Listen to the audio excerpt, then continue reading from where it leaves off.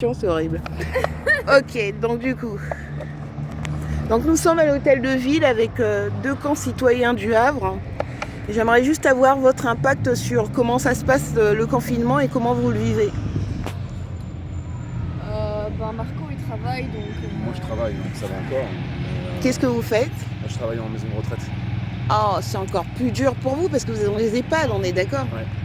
Alors vous avez donc la mort et donc ceux qu'on doit laisser mourir aussi. Ouais. Ce qui est dur c'est de. Enfin nous on confine les gens dans leur chambre. C'est ça qui est difficile en fait. Quand vous dites que vous confinez les gens dans les chambres, c'est-à-dire que ceux qui ont un certain âge, vous les laissez dans leur chambre? En fait, tout le monde, on les confine tous dans leur chambre pour éviter que si le virus arrive dans la maison de retraite, pour éviter que ça se propage dans les étages. Alors ce qui est dur c'est de les confiner toute la journée dans leur chambre. Au-delà de ça, il y a quand même des activités qui sont proposées pour pas qu'ils sentent passer. C'est très limité. Alors, il y a un petit peu quoi, mais c'est vraiment très limité. On a 2 animatrices pour 150 résidents. Donc, J'ai fait animation pour les EHPAD. Voilà, donc, Je sais quoi. C'est pas facile. Et je pense que malheureusement on va perdre des gens à cause pas du virus, mais de la dépression. Et par rapport à tout ce qui est masque, tout ce qui est soins et tout ce qui est tests qui permettent de dire ceux-là n'ont pas besoin d'être confinés, est-ce que vous avez tous les moyens qu'il faut pour pouvoir dire qu'on répond aux besoins? Les masques, ça fait une semaine qu'on les a. Ah, c'est déjà une bonne chose. Ouais, ça fait une semaine qu'on les a. Ça fait 2 semaines qu'on prend la température le matin. C'est tout? Mais c'est tout. Vous avez rien d'autre? On n'a rien d'autre. Et par rapport au fait que vous voyez quand même des gens qui sont, on va dire, dans des situations où qui sont donc malades, mais qui sont obligés d'être à l'hôpital, vous savez, vous, si ceux-là, ils sont ceux qui ne reviendront pas? Les gens qui vont à l'hôpital, c'est vraiment quand ça va pas du tout, quoi. Vous avez déjà vécu ça? Là, il y en a eu, oui, il y en a eu, je sais pas, 2 ou 3, oui. C'était des fins de vie, quoi. C'est des gens qui sont partis. Mais en général, ceux qui partent à l'hôpital, c'est que c'est pas bon signe, quoi. Et vous, en tant que justement aide-soignant, vous êtes aidé, soutenu psychologiquement, parce que c'est pas simple de vivre ça. Aider psychologiquement, non, c'est entre collègues, quoi, on soutient, quoi. Ce que je veux savoir, c'est est-ce que vous avez un psychiatre qui vient vous aider à faire face à toute cette situation? Non, pour nous, non. Après, pour les résidents, oui. Ok, d'accord. Il y a 2 psychologues qui tournent dans la maison de retraite, mais pour nous, non. Moi, ça change pas grand-chose. Enfin, au final... Vous avez toujours l'habitude de vivre ça comme ça, en fait? Oui, un petit peu, ouais. Ouais, c'est un peu ce que j'essayais d'entendre. C'est un peu morose. Et pour votre copine, du coup?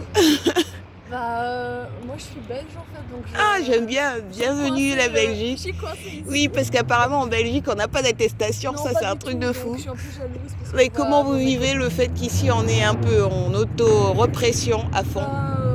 Franchement assez bien parce que moi je suis plasticienne en fait donc du coup le temps de la création je ne le prends pas.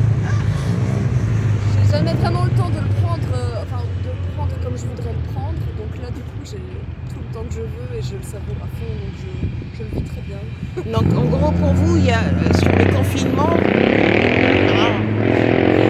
on a envie de les tuer mais on va pas le dire. On est dans un moment très délicat. Et donc vous le vivez pas du tout comme un confinement, on va dire, d'être Si, ici. c'est sûr que bien sûr je préférais sortir, On est d'accord. profiter, aller sur la plage comme tout le monde, mais bon, c'est tout le monde est dans le même cas donc je le vis pas. J'ai des petits moments de blues je pense mais ça va. Dans l'ensemble ça va quoi. Je me sens pas oppressée par devoir faire des choses. Ni la police, ni Si autre. quand même, mais je le vis bien quoi, je me dis que C'est nécessaire. C'est peut-être un peu exagéré mais parce que oui je vois qu'en Belgique Mais il n'y a pas besoin. Donc du coup, même par rapport au fait qu'on ait été taxé comme ça beaucoup plus que sur les tests, on va dire, pour votre ami qui vit en fait la réalité des gens qui ont besoin, on est quand même dans 2 mondes ou deux façons, 2 perceptions de voir les choses. C'est assez radicalement différent donc mais personnellement je suis tellement plus oppressée dans ma vie quotidienne au boulot où je dois...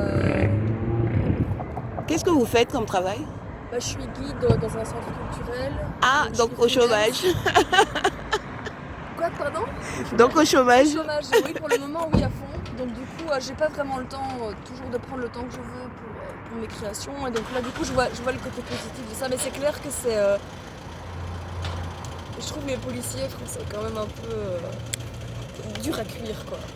Bah, c'est bien d'avoir cet avis. Je vois des vidéos de la police belge, c'est pas trop la même. Alors, écoutez, ma fille, elle est en Belgique et moi, j'ai besoin d'attestation même pour me balader là, pour faire mes reportages. Et je sais que c'est vraiment deux mondes en fait. Mais oui, Et du coup, c'est marrant d'avoir deux mondes, en plus avec un qui est en phase avec une réalité qui est très dure. Donc, c'était important d'avoir vos avis. Mais merci d'avoir joué le jeu. Bah, de rien. Et je vous souhaite une bonne fin de journée avec le soleil. Merci à toi aussi. Mais toi aussi.